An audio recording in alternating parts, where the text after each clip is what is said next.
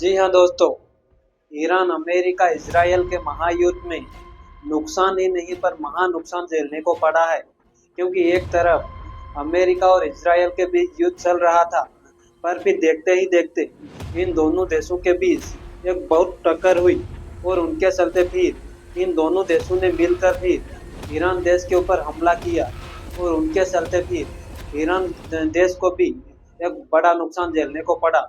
तो उनके चलते फिर ईरान देश ने अब हार नहीं मानी और बताया कि आपने क्या हमारा नुकसान किया है, अब हम भी किसी से कम नहीं। और देखते ही देखते फिर ईरान देश ने अपना जो कमबैक किया और उनके चलते बताया तो एक तरफ इजराइल को छुपना पड़ा और दूसरी तरफ अमेरिका के सैनिकों को भी होटल में छुपना पड़ा।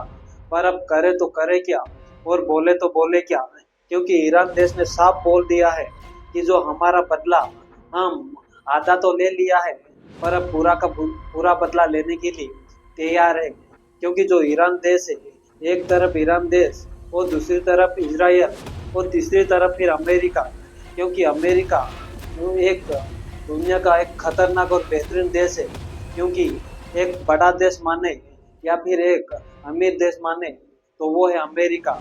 क्योंकि अमेरिका वो देश है जो किसी भी देश के खिलाफ हार नहीं मानता था, पर अब जो ईरान देश के खिलाफ उसको हार मानने के लिए वो तैयार बैठा है।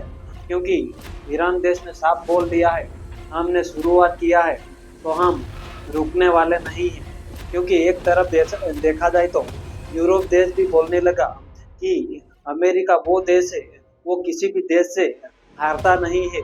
और यूरोप ने इतना भी बोल दिया है कि अमेरिका वो देश था कि जो ईरान देश को किसी न किसी भी कारण प्रतिबंध लगाते रहता था।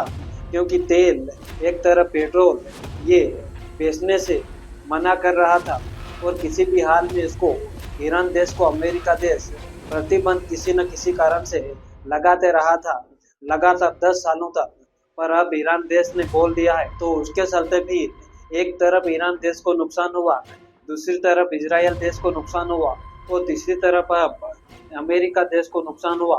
पर बताया जा रहा है कि ये अब युद्ध कभी आगे तक कब तक रुकेगा ये तो कंफर्म नहीं है, पर अभी तो कंटिन्यू आगे चलता रहेगा ये तो अब बता दिया गया है।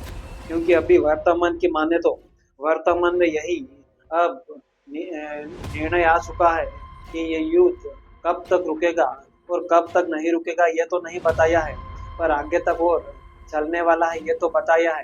पर गाइस आपने तो देखा होगा जो पेट्रोल और डीजल के भाव में बढ़त देखने को मिली, उनके चलते फिर अगर कभी ये युद्ध रुक जाएगा तो कम हो सकता है, नहीं तो ये जब तक ये युद्ध नहीं रुकेगा तब तक शायद ही कम होगा।